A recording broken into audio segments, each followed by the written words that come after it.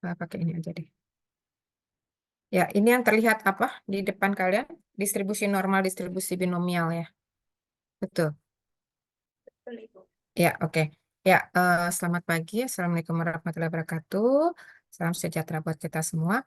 Kita perkuliahan untuk statistik pada saat ini adalah topiknya distribusi normal dan distribusi binomial ya.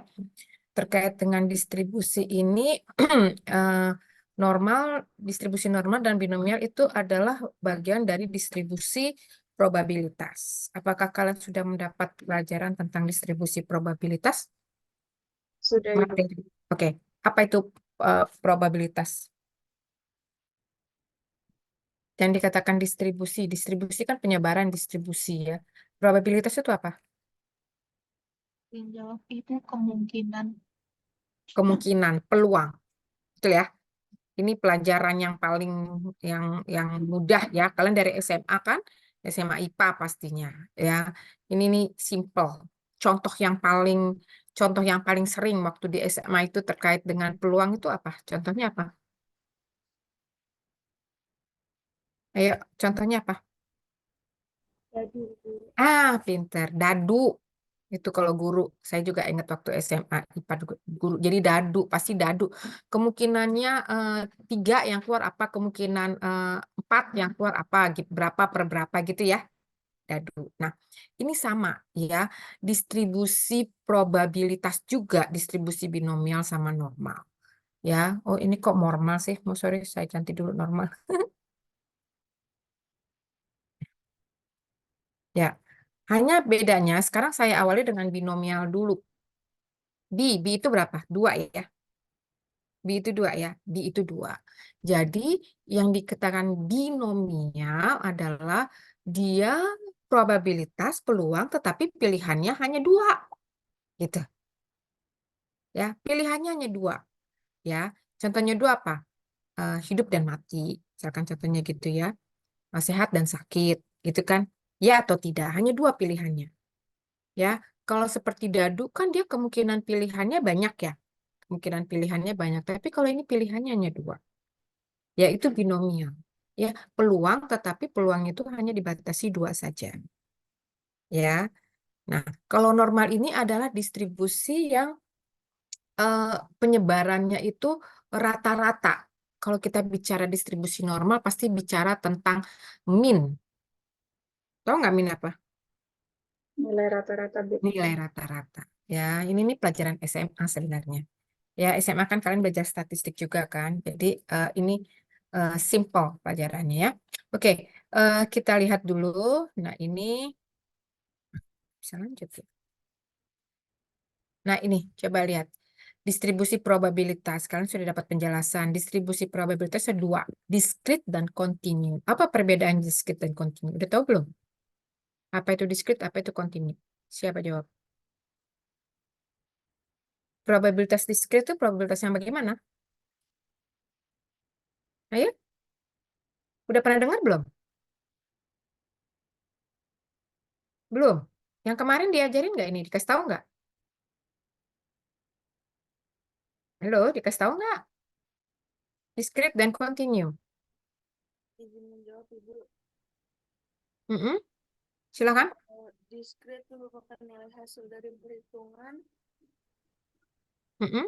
Kalau kontinu, nilai hasil dari pengukuran. Oh ya.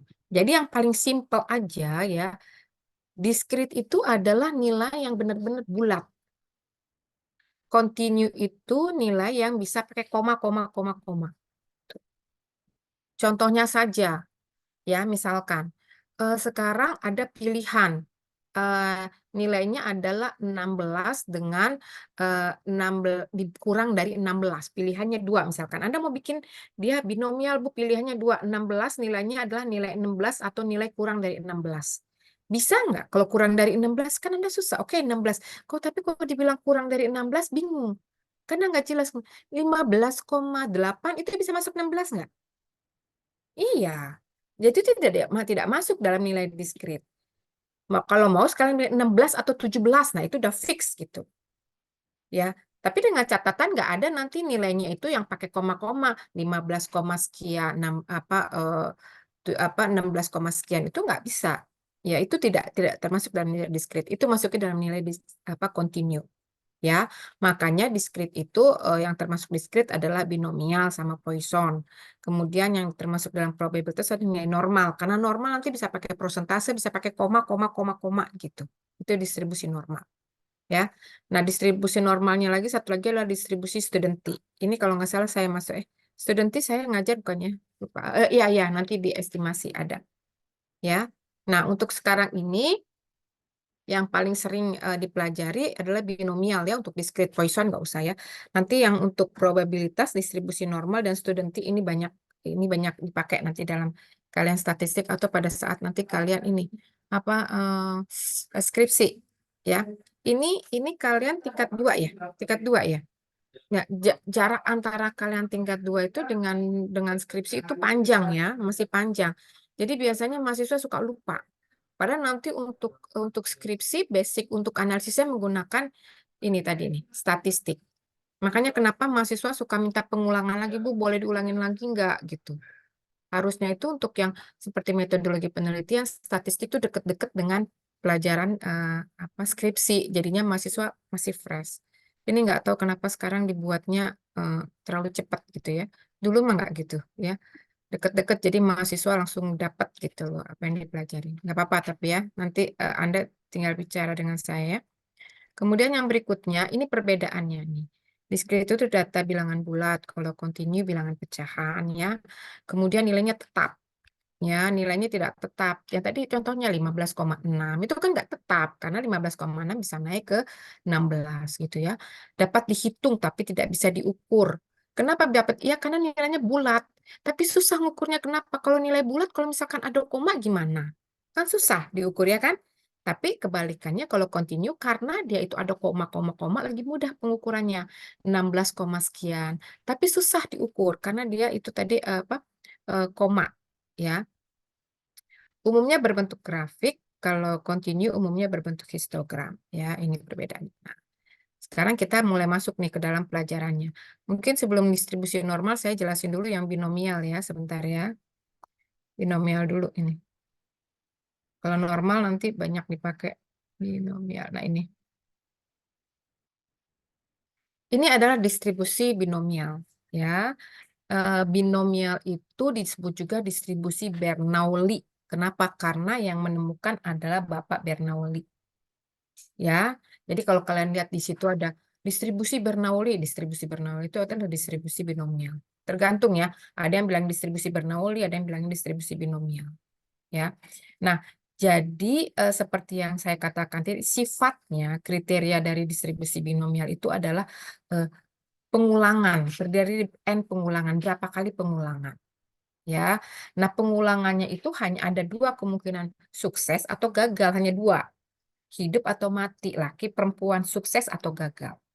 Ya, dikatakan sukses apabila nilainya P. P itu adalah sukses. Nah, kalau gagal itu Ki itu satu dikurang P. Ya, satu dikurang P, satu dikurang sukses itu adalah gagal. Ya, Ki namanya gagal. Ya, dan tiap pengulangan kalau kita ulang lagi tidak berhubungan. Kenapa? Karena dia hanya dua pilihan. Kalau nggak hidup ya mati. Kalau dadu kan masih berhubungan karena dia angkanya dari sekian berapa kali ya. Nah, ini tipenya binomial ya, Bernoulli. Nah, ini distribusinya banyaknya X. X itu adalah yang dinyatakan dengan apa namanya yang mau kita inginkan. X itu adalah yang mau kita hitung, yang mau kita ukur, itu namanya X. Ya, X sukses. Ya. Jadi X sukses itu adalah X yang sukses yang mau dihitung, yang mau kita ukur. Ya, itu eh, adalah pengulangan suatu percobaan Bernoulli disebut variabel random binomial, ya. Nah, distribusinya disebut distribusi binomial. Ini adalah rumusnya. X nih. X itu adalah yang akan kita hitung nanti. Ini binomialnya ini X-nya ini. N itu adalah jumlahnya berapa dari berapa. Ya, P itu tadi apa P? P itu apa? Sukses. Sukses. Q itu Gagal. gagal. Ya, oke. Sekarang gini. Nah, ini contohnya. Kita bermain di contoh aja deh, nggak usah banyak teori. Ya, nanti kan Anda juga pakainya nanti SPSS. Seorang mahasiswa diberikan 10 soal. Tipe jawabannya adalah pilihan ganda. Pilihan ganda A, B, C, D, E. Berarti A, B, C, D. Berarti ada satu jawaban yang benar. Ya, kalau di luar jawaban yang benar, salah. Benar nggak? Di luar jawabannya benar, salah. Misalkan nomor satu itu jawabannya A, tapi kalian milihnya B atau C atau D. Berarti itu salah, ya kan? Kalau salah kita kasih nilai 0. Betul ya? Nah, sekarang pertanyaannya adalah si dosen ini ingin mengetahui berapa probabilitas binomial untuk mahasiswa yang menjawab soal salah, bukan mahasiswa yang menjawab soal benar. Menjawab soal salah. Bisa saja, kenapa? Karena dosen ingin tahu kenapa sih dijawabnya salah gitu loh. Padahal pertanyaannya soal-soalnya ada soal-soal yang mudah gitu, tipenya tipe yang mudah, tapi dia salah. Bisa. Jadi ini si dosen ingin mengetahui berapa probabilitas mahasiswa yang menjawab soal salah. Berarti yang dikatakan sukses bukan yang benar. Paham nggak? Yang dikatakan sukses ada yang salah. Karena yang mau dicari bukan yang benar, tetapi yang salah. Paham nggak? Pertanyaan Ibu. Penjelasan Ibu paham nggak? Yang mau dicari adalah soal yang salah, bukan soal yang jawabannya benar. Soal yang jawabannya salah. Berarti yang dikatakan sukses adalah yang jawabannya salah. Paham ya? Ya, jadi nanti tergantung apa yang mau kalian lihat. Ya. Nah, sekarang semua soal yang salah berarti nilainya 0, betul ya? Semua soal yang salah itu nilainya 0. Kalau soal yang benar, yang mau kita cari nilai 0 apa nilai 1? Yang mau kita cari nilai 0 apa nilai 1? Ayo, Nol. 0. Ya, karena yang mau kita cari adalah yang salah, yang jawabannya salah. Ya, berarti yang dikatakan nilai sukses atau nilai benar adalah nilainya 0. Ingat ya, jangan bingung ya. Paham ya? Yang mau kita cari adalah yang jawabannya salah, bukan yang jawabannya benar. Jadi yang dikatakan sukses adalah yang jawabannya salah, karena yang mau kita cari jawaban yang salah, bukan jawaban yang benar. Nah, sekarang peluang menjawab sukses, sukses yang di sini dimaksud jawaban 0 ya, bukan jawaban benar. Nah, itu adalah P sama dengan 1/4. Ya, karena apa? Karena kan jawabannya ada 4 pilihan, A, B, C, D, E. Kemungkinan kan pilihannya satu. Kalau nggak A, kalau nggak B, makanya 1/4. 1/4 itu adalah 0,25. Itu P. Ya, kemungkinannya adalah P. Peluang dia menjawab itu P. P itu kemungkinan dia bisa jawab A dari B, C, D, E, B dari A. Nah, jadi kemungkinan jawabannya adalah satu yang salah dari 4 option jawaban. Paham nggak? Sampai sini paham? Oke. Nah, sekarang ini rumusnya kita masukin. X. X tadi. X yang mau kita cari. Yang sukses. Tadi kan 0 kan? X-nya 0. Nah, N itu 10. Kenapa 10? Karena jumlah soalnya 10. Nah, X lagi 0. Ya, N itu 10 lagi. X itu 0 lagi. Nah, P. P itu ini tadi nih. Nah, ini peluangnya nih. Peluangnya itu 1/4 sama dengan 0,5. Kemudian X ini 0 lagi. Ya. N min X, N-nya ya, N-nya 10 dikurangin X-nya. Ya, jadi sorry, Ki ini dulu, Ki, Ki, Ki itu adalah 1/, ini. Jadi satu dikurangin 0/10, ini harusnya dikali ya. Dikali lagi adalah N per X, ini kurang nih. Ya, jadi 0,0536, sorry, saya kurang ini. Ini harusnya N lagi.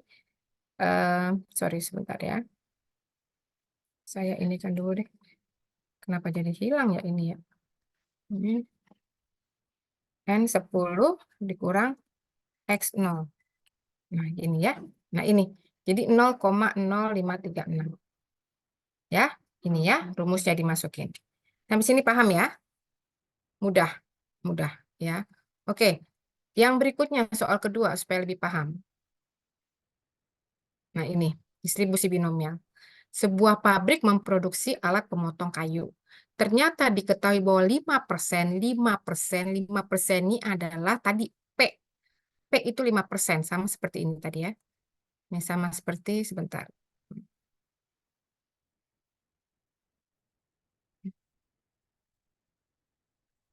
Nah, ini P. P ini kan 0,5 ya. Nanti lanjut lagi berarti ini, nah ini ya. Jadi nah ini adalah 5% ya. Jadi P-nya itu 5%. Ya, 0,05. Q-nya berarti 1 min P. 1 dikurangi 0,05, 0,95. Nah, yang ditanya adalah A. Didapatkan dua alat yang rusak. Didapatkan dua. Jadi pertanyaannya dua. Didapatkan dua alat yang rusak. Berarti X-nya berapa? X-nya Dua. X-nya 2. Karena kan ditanyanya kan dua alat yang rusak. Kayak tadi kan suksesnya itu adalah angka 2. Yang tadi kan suksesnya angka 0 yang salah. Yang mau dicari adalah dua alat yang rusak. Alat yang rusak itu ada dua, berarti 0. Apa 2? Ya. Jadi X-nya 2. Dua alat yang rusak. Nah ini tinggal masuk-masukin aja. Ya, tinggal masukin 10. 10 kenapa? Karena alatnya ada 10 nih, 10 alat memotong kayu. 2 itu X-nya, 10 dikurang 2, 0,05 dipangkat 2 ya. Balik ke rumus tadi sama 0,95, 0,95 itu kan Q-nya nih. Ya. Terus dipangkat dari 10 dikurang 2. Ini seperti ini tadi ya, seperti rumus itu tadi. Mana sih tadi rumusnya? Nah, ini seperti ini. Ya, X, N. Nah, ini rumusnya. Ya, oke. Nah, ini jadi dapatnya 0,075. Ini baru pertanyaan yang A, dua alat yang rusak. Yang B-nya didapatkan tidak ada alat rusak. Berarti X-nya berapa? Nol. 0. Pinter. Siapa sih yang jawab dari tadi? Kayaknya orangnya sama ya. Siapa nih? Ibu nggak ngeliat. Yang lain jangan tidur ya. Yang lain tidur nggak nih? Tunggu saya lihat dulu. Tolong dibuka semua. Dibuka kameranya semua. Ini banyak banget nih tutup nih. Pada ngantuk kali. Ayo buka-buka semuanya. Ida, kamu co-host juga. Jessica, Alfia, kemudian siapa lagi? Semua dibuka. Anissa, Aulia, Aura, Cikal, dibuka. Nanti kalau nggak dibuka saya tunjuk untuk menghitung. Ayo, dibuka. Soalnya ibu sambil ngeliat-ngeliat mukanya nih dijalan-jalanin itunya apa kursor panahnya. Oke, jadi kalau didapatkan tidak ada alat yang rusak, X-nya berarti 0. Ya.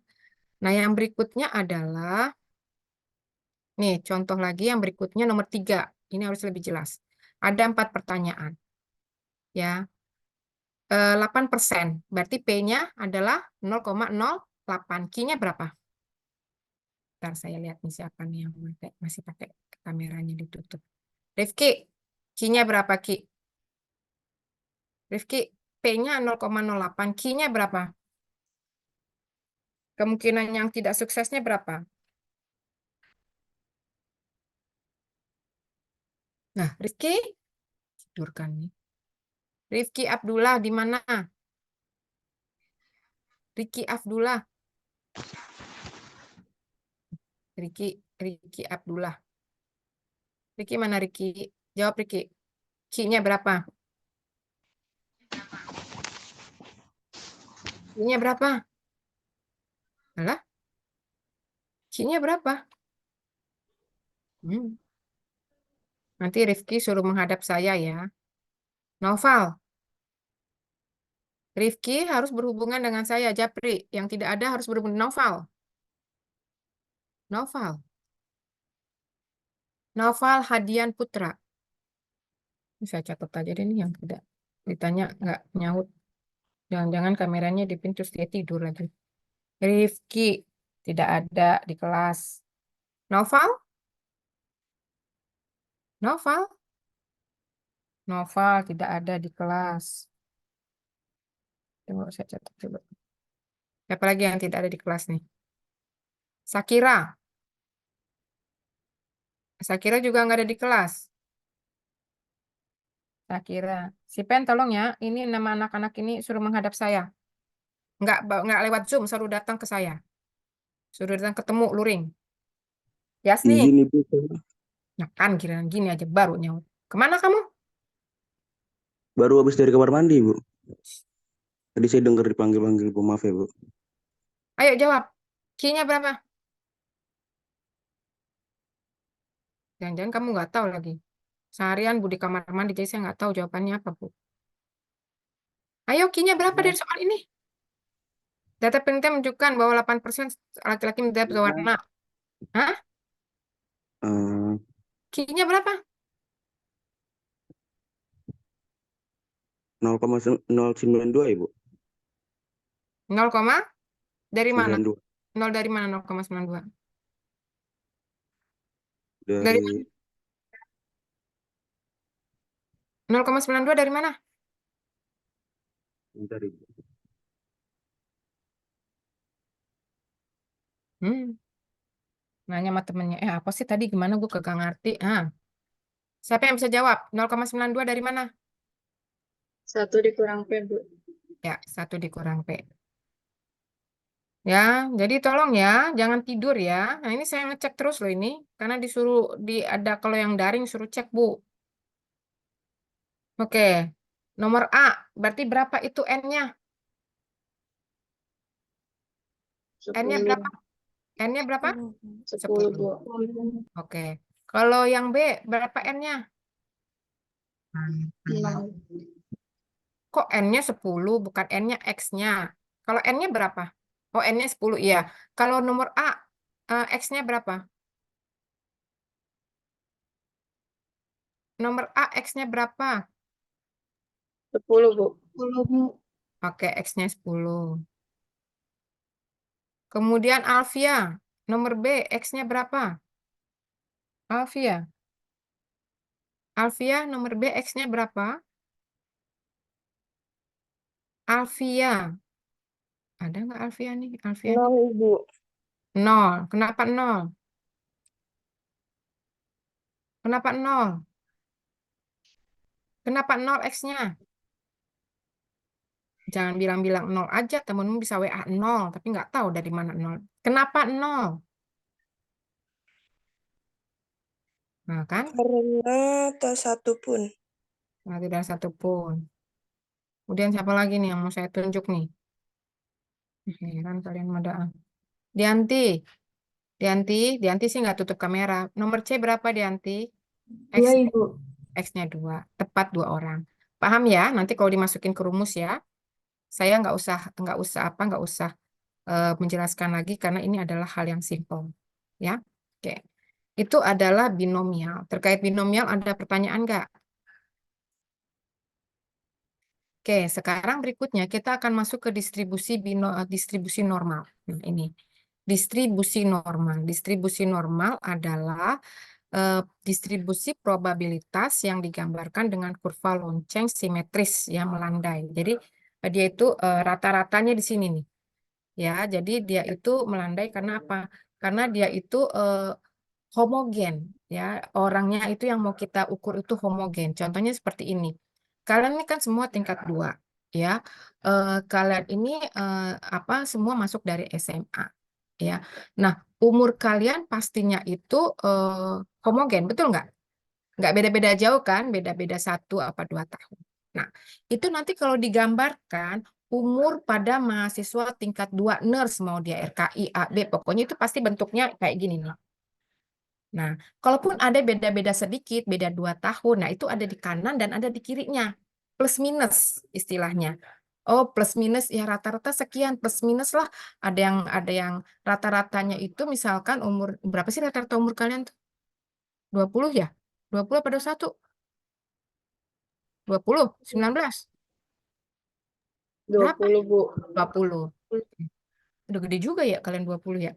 20. Rata-rata kalian tuh umur 20. Tapi mungkin ada yang 22. Ada juga mungkin yang 18. Mungkin ya. Nah itu tuh nggak banyak. Sehingga dia ada yang di kanan, ada yang kiri. Paham nggak? Itu yang sedikit-sedikit gitu loh. Plus minus gitu loh. Sama kayak kalian misalkan waktu nilainya rata-rata kalau dilihat ada yang 80, ada yang 90, ada yang 60 begitu. Tapi rata-rata misalkan sekitar 75. Tapi ada yang rendah banget 30, ada yang tinggi banget sampai 100. Nah, itu kanan sama kiri. Ya, tapi rata-ratanya sekian. Ini namanya distribusi normal. Nah, tetapi karena apa? Karena perbedaannya itu yang nilainya sangat tinggi, misalkan 100, nilainya sangat rendah, 30 itu cuma sedikit orangnya. Gitu. Nah, tetapi mungkin apa namanya gambaran ini ya kurvanya itu bisa melenceng kalau misalkan gini, mahasiswa tingkat 2 secara umur, tetapi kebetulan di kelas kalian itu tingkat 2 nurse-nya itu ada yang mungkin dari D3. Bisa kan? Dari yang D3 kemudian lanjut. Kan ada tuh. dari D3 kemudian lanjut untuk ngambil nurse. Nah, digabungin dengan kalian. Pasti umur mereka sudah mungkin lebih banyak gitu. Dan kebetulan dari misalkan satu kelas itu 40, yang dari D3-nya itu yang lanjut ya, misalkan lanjut mengambil S1, itu mungkin ada sekitar 60 orang. Ya, sekitar 60%, bukan 60 orang, sekitar 60% dari satu kelas yang isinya 40. Nah, loncengnya itu akan begini enggak? Atau menceng? Kemungkinan menceng kan, menceng ke kanan atau menceng ke kiri. Oh, mencengnya ke kanan kenapa? Karena ternyata umurnya itu jadi banyak. Itu jadi itu tidak normal lagi ya karena apa kurvanya menceng ya. Jadi yang dikatakan kurva normal itu biasanya itu homogen. Jadi orang-orangnya di situ, respondennya itu ya, sampelnya itu sifatnya homogen. Kalaupun ada yang melenceng itu tidak banyak. Paham ya? Ya, nah nanti kalau penelitian juga harapannya Anda itu responden ataupun sampel yang Anda ambil untuk penelitian kalian itu homogen, ya, supaya nanti kurvanya itu paling bagus itu ya itu tadi melandai. Nah, ini distribusi normal, ya.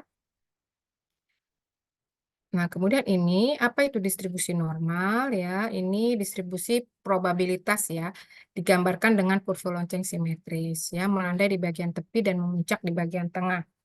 Tipe ini biasa digunakan untuk menggambarkan pola data dari variabel kontinu, misalkan tinggi badan ya. Tinggi badan kalian tuh pasti hampir semua sama. Kenapa? Karena waktu masuk dari keperawatan, kalian diukur kan tinggi badan, betul nggak? Nggak boleh kurang dari sekian. Tapi mungkin Bu ada yang tingginya perempuan tapi sampai 100, hampir 170. Nah, ada Bu, kita mah rata-rata tinggi 155, tapi ada Bu yang 150 kotor, artinya nggak nyampe 150 Bu sebenarnya gitu. Ya bisa aja ada ya. Nah, distribusi normal berguna untuk menggambarkan seberapa sering sesuatu terjadi dalam rentang tertentu. Ya, ini. Kemudian kita lihat lagi untuk nah ini. Nah, ini yang saya katakan, distribusi normal itu pasti digambarkannya dengan min. Ya, min. Ini mu kan ya? Betul nggak waktu SMA namanya mu ini? Betul ya? Nah, kasih tahu Ibu karena Ibu suka lupa-lupa. Ya, ini namanya mu ya. Nah, ini di tengah-tengah nih. Nah, ini Anda lihat ada biru yang muda banget. Betul, lihat nggak gambarnya? Ada yang birunya agak agak terang dan ada birunya yang muda. Nah, ini adalah sebenarnya rata-ratanya segini nih kalian yang biru ini nih. Yang biru apa namanya? Birunya lebih tua. Nah, yang ini yang birunya agak muda itu yang kira-kira plus minusnya. Paham nggak plus minusnya? Ya, rata-ratanya sekian, tetapi plus sekian. Jadi itu yang dinamakan dengan standar deviasi atau standar error. Standar deviasi dikenal dengan nama standar error. Errornya berapa? Rata-rata IP kalian untuk kelas 2B misalkan rata-rata ya. Rata-ratanya adalah 3,5 rata-ratanya. Plus minus eh, plus minus 0,35. Artinya adalah ratanya 3,5, tapi ada yang 3, ditambah ya 0,35, ada yang rata-ratanya 3,85, ada yang 3, dikurangin 3,5 dikurangin 0,35, ada yang 3,25 gitu. Tahu plus minus, paham nggak? Plus minus ya 3,5 plus minus. Jadi rentang IP kalian sebenarnya adalah 3,25 sampai 3,85 IP-nya mahasiswa. Itu contohnya. Nah, tetapi kalau di rata-rata 3,5. Jadi 3,5 plus minus 0,30. Jadi ada yang 0,80, ada yang 3,80, ada yang 3,20 misalkan begitu. Plus minus. Ini ada di sini nih, plus minus itu ada di sini. Ini plus minus yang lebih ya. Kalau yang kiri itu plus minus yang kurang gitu. Paham nggak maksud Ibu? Ngerti ya, sejauh ini ngerti ya? Ngerti ya? Ya. Ini namanya to. Kenal dengan kata to? To. Ya, saya rasa Anda tahu nih to. Nih. Nah, ini standar deviasi to. Jadi sebaran sebaran standar errornya gitu. Nanti kalau udah, wah tinggi ya kelas RKI, IP-nya itu 3,8, 3,5. Kalau di rata-rata, ya rata-rata 3,5, tapi ada beberapa orang yang 3,2. plus minusnya itu sebenarnya plus minus 0,30. Berarti ada yang 3,2, ada yang 3,8 gitu misalkan. Jadi eh, orang misalkan seperti saya nanya berapa rata-rata 3,5. Nanti tanya lagi berapa yang paling kecil, standar errornya berapa? Kita nanya gitu. Standar errornya berapa? Standar deviasi berapa? Oh, eh, kekurangannya ya sekitar 3,30 sampai 3,80 lah kita bilang gitu. Tapi kalau di rata-rata 3,5 gitu. Itu namanya standar deviasi. Ya, standar error, standar deviasi. Nah, seperti ini ya. Ini contohnya itu standar deviasinya tuh distribusi normalnya adalah sekitar 5. Jadi plus minus 5. Ya, jadi nanti kalau ini ada contohnya nggak? Nah, ini. Nah, ah, ini contohnya mungkin satu lagi. Ya. Nah, ini plus minus 5 nih contohnya nih. Jadi ada perbedaannya nih. Perbedaannya nanti apa ada apa plus 5 ke kiri, plus 5 ke kanan, kurang dari 5 ke kiri. Ya. Jadi ini biasanya kalau untuk standar deviasi ya aturan empirisnya itu sekitar 9,97% itu termasuk dalam apa yang besar ya, yang paling jauh. 95% masuk dalam standar deviasi dua standar deviasi dan 68% adalah satu dari standar deviasi. Contohnya seperti ini supaya kalian. Nah, ini. Nah, jadi sebenarnya ini adalah kalau di sini nih, ini kalau dia berada pada sini rentang yang 68%, ya, itu contohnya adalah misalkan standar deviasinya 10. Nah, ini segini sedikit. Jadi artinya perbedaannya itu tidak terlalu banyak. Antara satu mahasiswa dengan mahasiswa yang lain standar deviasinya itu kecil gitu, nggak terlalu tinggi gitu, nggak terlalu besar. Nah, ini yang paling bagus di sini, yang 68%. Ada yang misalkan oh, standar deviasinya besar, 3,5, tapi ada yang rendah, ada yang ini. Nah, ini di 95%. Ada juga yang paling jauh. Nah, yang paling bagus itu di sini nih. Jadi perbedaan antara satu mahasiswa dengan mahasiswa lain, walaupun dia 3,5, itu perbedaannya mungkin 0,10 itu. Berarti yang terendah itu adalah 3,40, yang tertinggi itu adalah 3,60. Contohnya. Berarti rentangnya tuh hampir semua kalian tuh pinternya hampir sama gitu loh. Paham nggak? Pinternya itu hampir sama karena walaupun dia 3,5 tapi perbedaan antara IP antara satu mahasiswa dengan mahasiswa lain nggak jauh banyak, cuma 0,10 gitu. Jadi standar errornya, standar deviasinya cuma 0,10. Jadi yang paling rendah 3,40, yang tertinggi 3,60. Jadi artinya kalian tuh eh, kepintarannya nggak beda jauh. Paham? Tapi kalau yang ini 99,7% itu mungkin standar deviasinya besar. Jadi ada yang 3, tapi ada yang sampai 4 gitu loh. Jauh. Tapi ada juga nanti yang 3,3 tok, 3,0 gitu loh. Paham nggak maksud Ibu? Ya, ini standar deviasi yang besar. Nah, harapannya ini yang paling bagus di sini. Jadi kalau standar deviasinya makin kecil, plus minusnya, itu sebenarnya semakin homogen. Paham ya? Sampelnya semakin homogen. Tapi kalau standar deviasi terlalu besar, itu sampelnya itu terlalu bervariasi. Kalau dalam suatu penelitian, itu tidak terlalu bagus. Ya, kalau yang terlalu besar, perbedaannya standar deviasi terlalu besar, tidak terlalu bagus. Jadi kalau saya membaca penelitian kalian, nanti saya akan, "Loh, kok standar deviasinya besar banget sih, Mbak?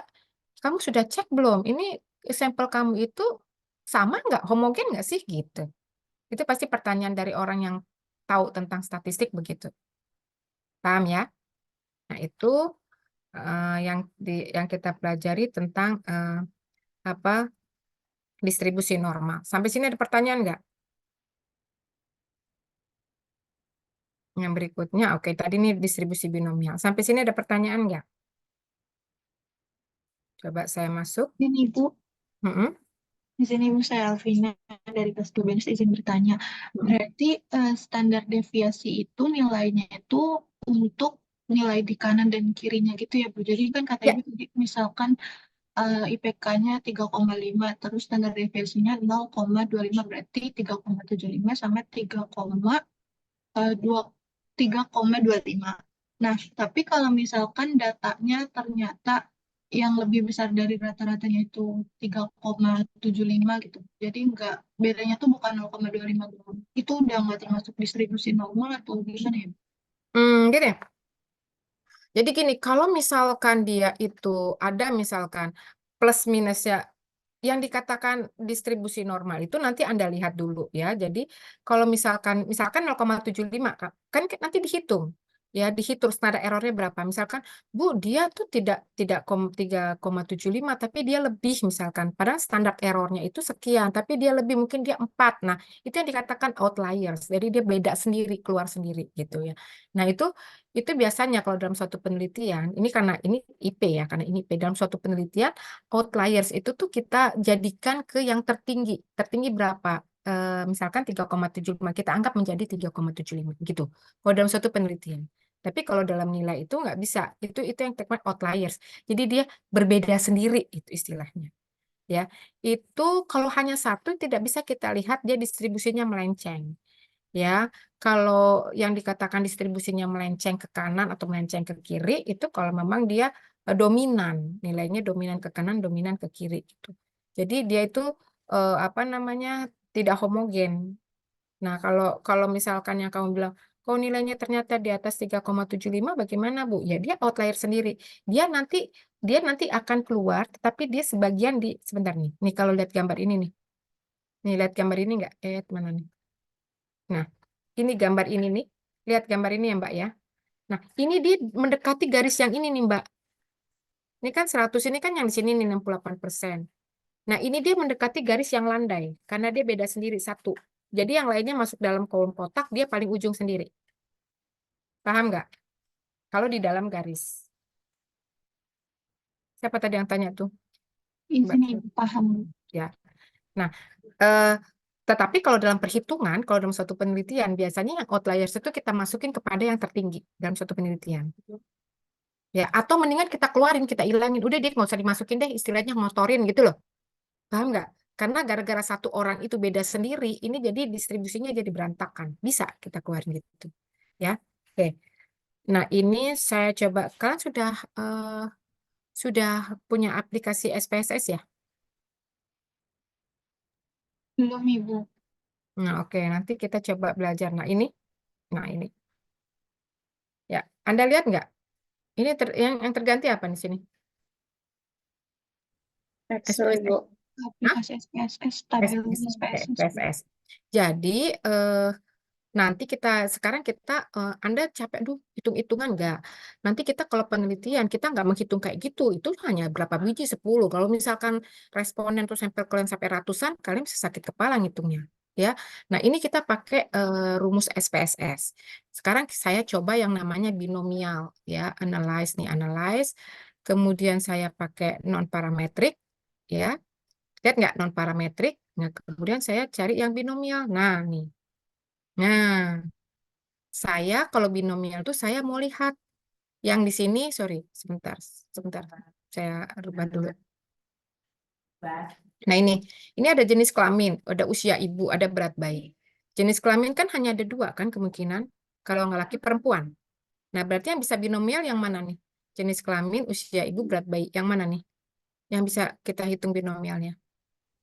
Jenis kelamin, Bu. Jenis kelamin. Oke, sekarang kita analyze, kemudian kita pakai non parametrik, kemudian kita pakai binomial. Nah, binomial ini kita masukin jenis kelamin. Nah, jenis kelamin ke sini. Sudah kita cek binomialnya bagaimana. Nah, kelihatan nih binomialnya nih itu. Misalkan Anda mau lihat jenis kelamin antara bayi laki-laki dengan bayi perempuan. Sebentar.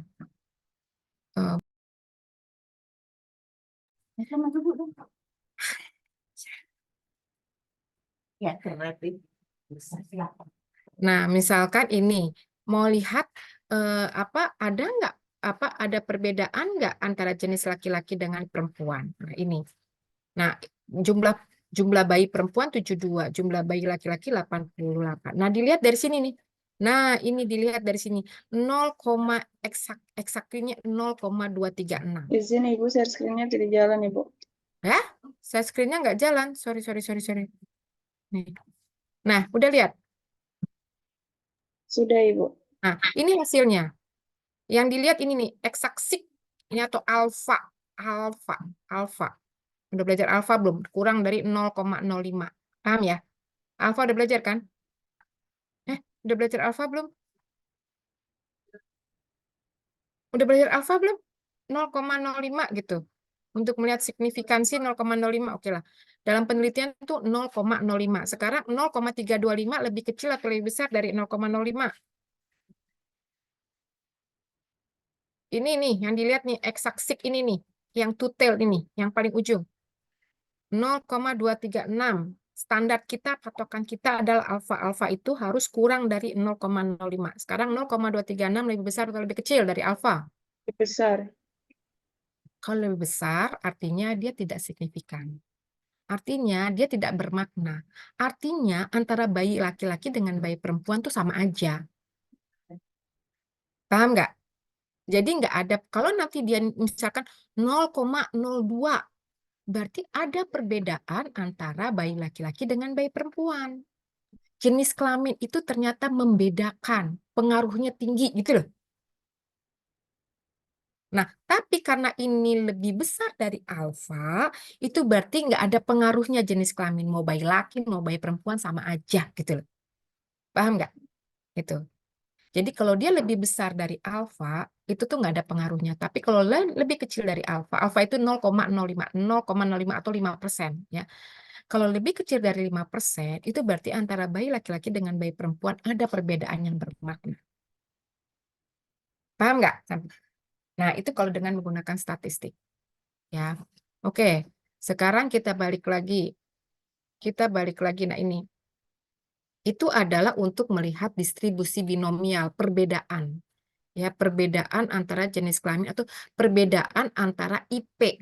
IP rendah dengan IP tinggi. Perbedaan antara hidup dengan mati. Ada nggak sih pengaruhnya orang hidup dan yang mati? Nanti kita hitung pakai gini. Ya. Nah, sekarang kalau kita distribusi normal. Distribusi normal kita nggak bisa pakai binomial. Ya, nah ini usia ibu. Ya, analyze. Kemudian nanti kita menggunakan distribusi, explore. Nah, ini kita masukin ini nih. Nah, dependent list. Kita plot, kita klik normality. Ini nggak usah stem and leave, normality. Continue, baru keluar. Nah, kelihatan di sini. Nah, ini dia nih, normality. Dan kita lihat mana untuk tes normalitas apa enggak tuh. Izin Ibu tidak terlihat lagi. Nah, ini. Nih hasil SPSS-nya nih tuh. Normality.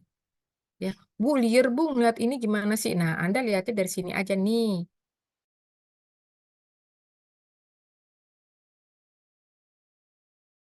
Test of normality. Kelihatan Ibu. Nah, yang Anda cek ini Kolmogorov-Smirnov.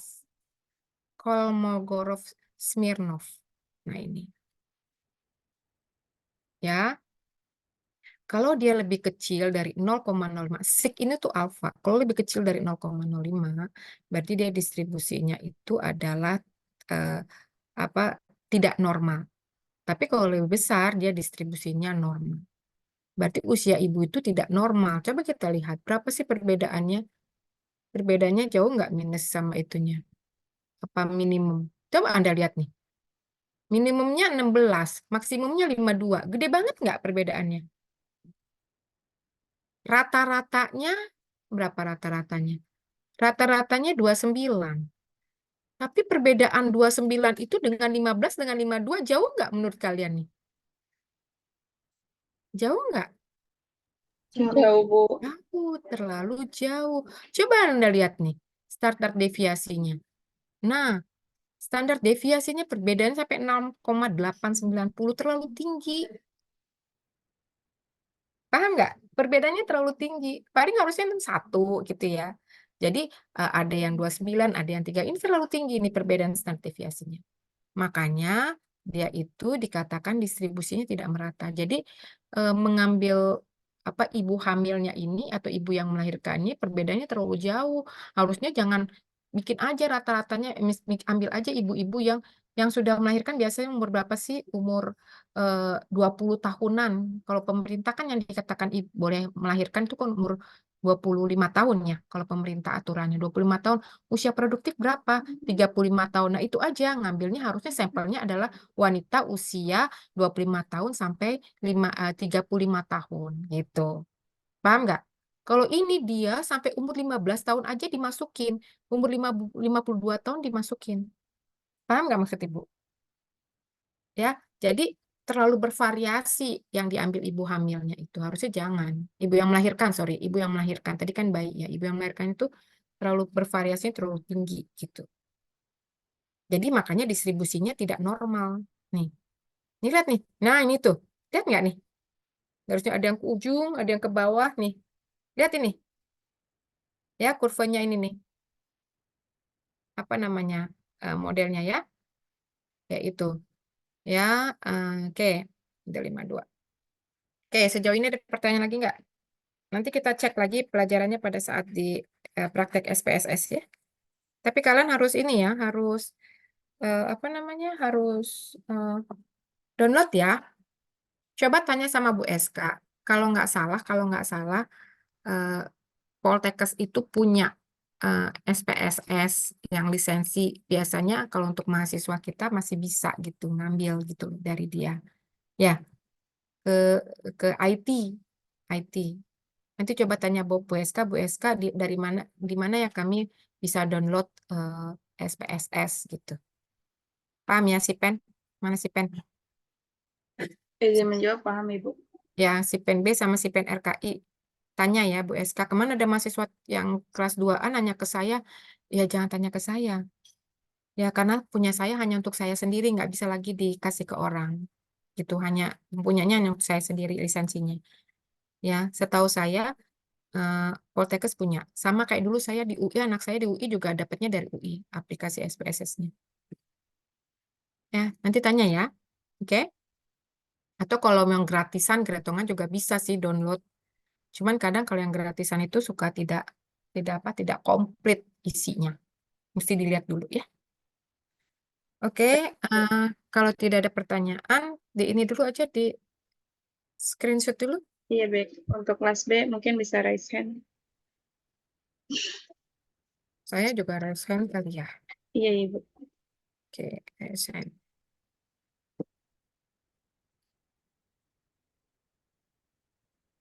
Nanti materinya saya kirim ke si Pen ya. Entah si Pen yang mana, tolong di-share ke kelas lainnya ya. Iya, baik Ibu. Terima kasih Ibu. Untuk slide pertama, 1, 2.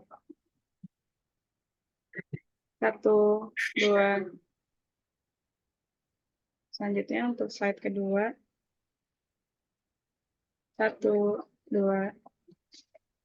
Ya, baik. Untuk kelas B sudah. Silakan untuk kelas RKI. Ya, izin masuk, izin untuk mas screenshot untuk kelas 2 RKI boleh raise hand.